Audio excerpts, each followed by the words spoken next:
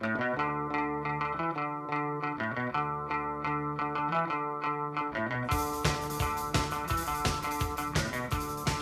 hey, I didn't see you there. Now that I've got you, I've got an idea. Let's talk about something new. Follow me. Talk to you about today is a new tool that we have as a school district called Classlink. Classlink may look familiar to you. The AEA one-click or the sign-in from AEA used it. We were offered the opportunity to use it as a district for our tools, and we said, yes, we'd like to do this. So what Classlink does is on the back-end side, it is syncing all of those applications that we subscribe to, like IXL, EPS, Great Minds, I'm trying to think of other tools, but it's syncing the data from Infinite Campus into those applications so that if we get a new student, if class information changes, it pushes that information out automatically overnight.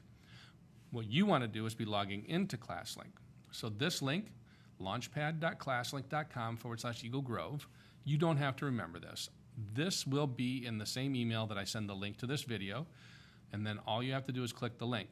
Once you get to it, what I recommend is that you pin this tab. In Chrome, there's the ability to pin tabs. You'll see these little tabs that I have up here, and as opposed to the full-size tabs. If I two-finger click on that, I can say pin, and then it makes a little tiny tab like this. And then anytime I open up Chrome, those pinned tabs will always be there. I don't have to bookmark them. I don't have to remember them. They are just there. Once we get to this page, we choose the sign in with Google. We are synchronizing with our Google domain, all of our users to come into Classlink. So you hit the sign in with Google, and then automatically it's going to bring up your Launchpad. As soon as you're in here, you will notice that you have different apps on here. Now, those apps are going to be linked to the things you need access to. So you'll see I have Infinite Campus, WebLink, Drive, and Gmail. You'll have all of those also, but you may have IXL, you may have Great Minds, you may have EPS, you may have some other tool that we're using. I don't need them, therefore I don't have them. But what's really nice about this is your desktop. You can be customized, you can set it up any way you want it within reason, but you can arrange these icons in the order you would like to see them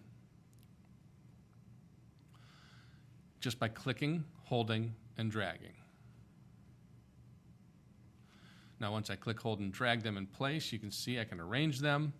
Another thing I can do is I can create folders. I can create a new folder. I may call it Infinite Campus. And all I do is right-click here in the empty space and say Create Folder or Add Folder. Now I can take the Infinite Campus app, hold it over that folder, and then you see it go in there. So now I have a folder with that one. I also have another Infinite Campus app. Notice I have the student one. You shouldn't have the student one. And I click, hold, and drag, and in it goes. So now it's inside that folder itself. Just a way to organize your desktop, however you want to look at it. Now what I want to show you also is Classlink has the ability to save passwords for you. If I go in here and into Infinite Campus, right now I do have this password saved. So when I go there, it's going to start the application, it's going to fill in my credentials, and it's going to open up Infinite Campus for me. And here I am inside of Infinite Campus. If for some reason it has the wrong password in there, what I can do is on the app itself or the link to the app, I two-finger or right-click, I say Edit Passwords. I want to edit the default tab, and there's my information. I can say, no, my username isn't L Lennon, it's Lennon L. My password isn't this, it is instead of circles, it's squares. Then I can save it, and it will go back. If I want to remove the password completely, all I really have to do on that is say, delete the default locker. Now, they call them lockers. What it means is they're going to store stuff in them. There's a default locker which stores certain passwords, but you can have a personal locker. So I can have two logins to the same application and choose which password and username I want. In this case, most of what we do will just have a default locker. If you find a reason to have multiples, you can create new lockers and add them in. But once I've got that there, I don't want that to be saved anymore. I click that X, I say yes. So now what happens is, when I go to Infinite Campus this time, it's going to say, do you want to save your password and username? Well, yes, I do.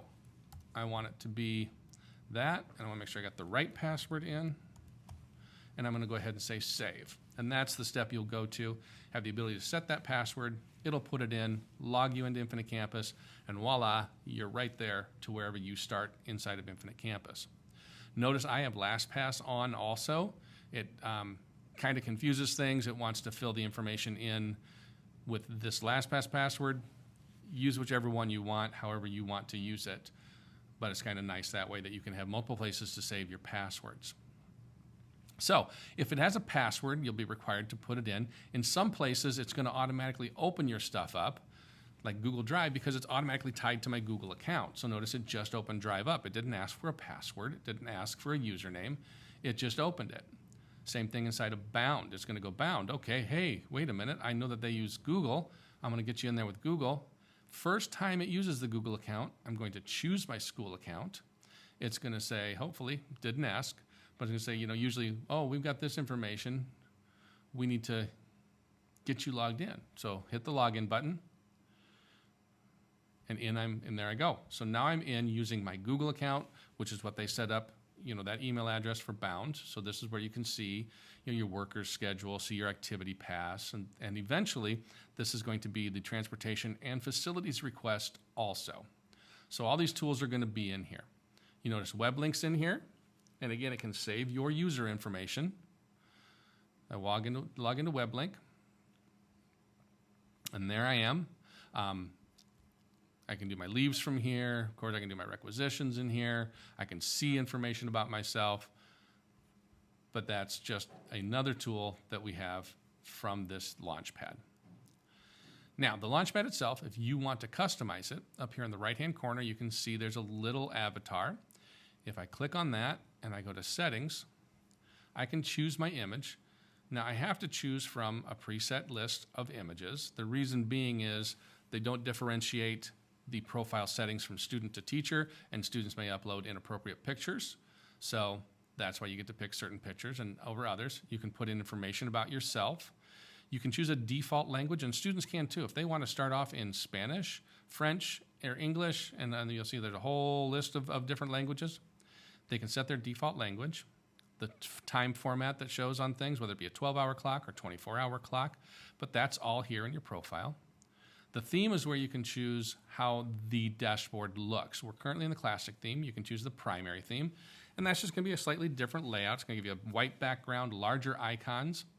You can do high contrast, which makes it so that, you know, if you have sight issues, you can see that it's darker in the background, lighter in the front ground. It makes it a lot easier to see and differentiate. And then there's also the professional, and that's going to bring up a menu on the left-hand side over here. And then a white background, but again, you have high contrast. I'm going to go back to the Classic. One thing it will do is you'll notice down here in the bottom that we do have a picture pops up for the time of year that you're on. They'll change that picture randomly throughout the year to the different seasons. Let's continue on with settings. App passwords. This, instead of double-clicking on the app, you can actually get to them here. Same thing, change them, remove them. They have a nice tool called Auto Launch. If as soon as you log into Classlink, you want something to open up, let's say I don't have my Gmail pinned and I don't have my Drive pinned. If I want this to automatically boot up as soon as I log into Classlink, I can turn that on. If I want IXL as soon as I log into Classlink to come on, I can do that also. Just say turn it on, and it will auto-launch that app with your information. Don't mess with this one. Sign-in option is linked to your Google account if by chance you do click this. Again, please don't, but if you do, the first time you log into Classlink, it's going to say, what account do you want to use? You choose your school account. It'll link everything back up, and there it is. And lastly, security. This is your active sessions. This is where you're logged in at. So if this morning you were at home and you were logged into Classlink and you come to school, you would probably see 2 active sessions. Unless you log out, that session remains active. So the IP address you're probably not going to know off the top of your head. If you see this one a lot, that is our school IP address. Don't worry about it. It's all good. But you don't want something in here like some really random IP address that you don't recognize that shows you were logged in at a very weird time. So that is your profile settings. What I want to talk about now is there's a couple of tools built into Classlink that you can also use. You can get to them via the flat hamburger over here, and that's on the left-hand side. I always call things by the food, of course, because, well, I'm a big boy. So there's the flat hamburger, but they're also down here as quick links at the bottom. The first one we'll talk about is notes. Notes are like stickies on the Macintosh. They just give you the ability to write a quick note to yourself, like I want to create the Classlink video, and I save it, and then it's there. So when I go into notes, I say, what are some things I have in notes? Oh, create the Classlink video. If I've done it, and I got it done, or I need to add to it, I can click on it and add information, but once I do it, I can delete the note, and I am done with that. So the notes are there as long as you want to keep them. And then my analytics. Again, you can click the quick link down at the bottom, or up here on the left-hand side, click the hamburger and go to my analytics. This will give you information about how often you've used this, when's the last time you logged in, how long were you logged in, where were you logged in from. Notice again that we're always from the same place, and I've been here on the 2nd, on the 3rd. This is most recent history from the 1st to then. I can actually, I think, can I set the time? Yeah, I can set the range in here, so I want to go to this month. Let's do a custom range, and we'll go, since August 1st till now, how much have I been logged in? So you see the different times where I was logged into Classlink and for the amount of time that I was. So that's where I can look at that information just for today itself or this week. There we are. And then login history, where was I logged in from? You can see the digital resources, which ones do I use the most? I haven't used hardly any, so they're not in here yet. Information about yourself. Again, this is just going to tell you information that Classlink knows about you. And then there's the help file. The help file you can link again from My Analytics or from your Launchpad itself. It's the same thing as Classlink Help Center. That's the last one on the flat hamburger. And what this does is it says, hey, I got a question. How do I? What am I about to do? And they have some built-in ones, that are here that you can look at. Or I can say in particular, I want to change a password. And it'll come up with help articles on how you do that.